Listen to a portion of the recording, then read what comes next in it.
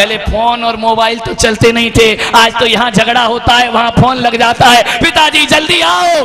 पहले तो जब तक चिट्ठी जाती थी तब तक झगड़ा शांत हो जाता था, जब तक जवाब आए फाड़ फूड़ के चिट्ठी फेंक दो, क्योंकि महाभारत तो खत्म। जब से मोबाइल आए हैं तब से बेटियों के घर ज्यादा बर्बाद हो रहे हैं। जब से मोबाइल तुम्हारे घरों में आए हैं सहन शक्तियां खत्म हो गई हैं, आपकी बेटियों की भी सहन शक्तियां खत्म हो गई हैं।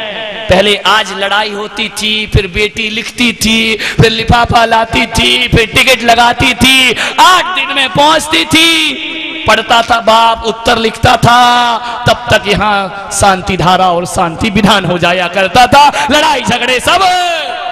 बोले मेरे बाप कहते थे बेटा ससुराल अच्छी हो या बुरी तुझे ही सब कुछ सहना है, इसलिए ससुराल के दुख कभी मेरे घर में मत बताना।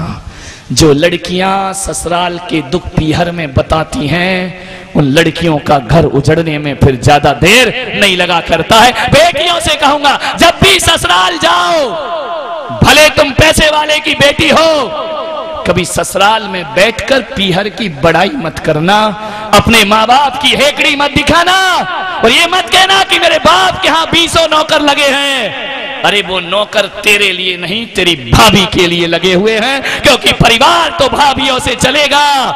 ये माँ बाप की दौलत पे ज्यादा हेकड़ी मत दिखाइए, ये चंद दिनों की है, ध्यान रखना। जो बेटी ससुराल में रहकर माँ बाप के गुण गाती है उसे सास ससुर का प्यार कभी नहीं मिला करता है, ध्यान रखिए। जिंदगी वहीं गुजारना है,